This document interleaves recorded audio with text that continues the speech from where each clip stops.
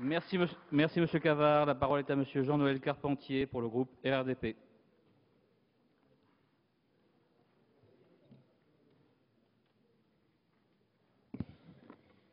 Merci Monsieur le Président, Monsieur le Ministre, chers collègues. Lors de la discussion générale sur ce texte, j'avais indiqué que, selon les députés du groupe de RDP, la Nation devait parler d'une seule et même voix sur la question essentielle que celle de la jeunesse et de l'emploi. J'avais dit mon sentiment qu'il faut parfois savoir se rassembler, fût-ce au prix de l'abandon de certains clivages un peu artificiels. J'avais espéré que ce projet, soutenu par l'ensemble des partenaires sociaux, serait porté par toute la représentation nationale et que cela permettrait d'envoyer un signal fort à l'ensemble de la nation par le biais du soutien de notre jeunesse.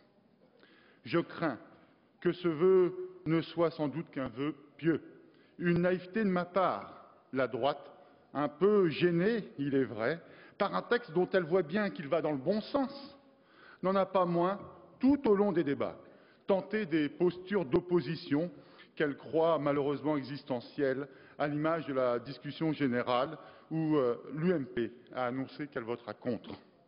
Je le regrette. La jeunesse mérite beaucoup plus que cela.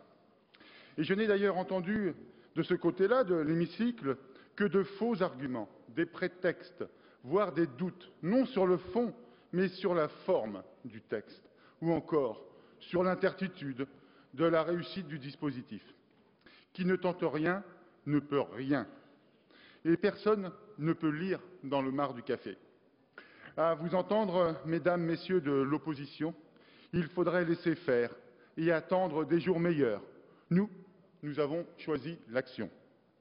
Monsieur le ministre, chers collègues, oui, nous sommes favorables au projet de contrat de génération. Ce dispositif est positif. Oh, bien sûr, il ne va pas résorber à lui seul les effets de la crise et les conséquences de la politique néfaste menée par la droite ces 10 dernières années. Mais, oui, messieurs, dames, il affiche clairement l'ambition de s'attaquer au double fléau qui est celui du chômage des jeunes et celui du chômage des salariés plus âgés. Et nous le savons bien, les jeunes sont touchés de plein fouet par la crise. Le taux de chômage de 25% dans cette catégorie d'âge est devenu insupportable. Il précarise notre jeunesse, rompt ses espérances et handicape lourdement notre économie. La situation des seniors n'est malheureusement pas meilleure, on le sait tous. Et nous savons aussi que lorsque l'on a perdu son emploi passé 50 ans, il est devenu quasiment impossible d'en retrouver un autre. C'est un terrible gâchis. Aussi, plutôt que de mettre en concurrence les générations, entre elles, ce texte prévoit de les associer. Et lors de son évaluation, nous serons, pour notre part, extrêmement attentifs aux résultats en termes de formation et veillerons aux effets d'aubaine inhérents à ce type de dispositif.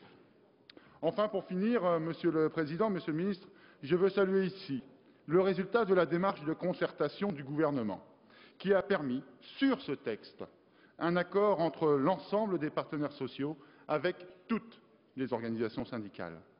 Et j'aimerais que cette démarche aboutisse aussi sur d'autres dossiers, comme par exemple sur celui de la sécurisation de l'emploi. Et sans un accord unanime des organisations syndicales, Monsieur le Ministre, sur ce dernier texte, il faudra bien qu'on en reparle dans cet hémicycle. Voilà, Monsieur le Président, Monsieur le Ministre, nous voterons donc ce contrat de génération. Pragmatique, ce projet de loi complète utilement le dispositif des emplois d'avenir. Il donne une cohérence à nos choix et à notre voie pour l'emploi. Il donne un signe positif, un signe d'espoir, un signe de soutien.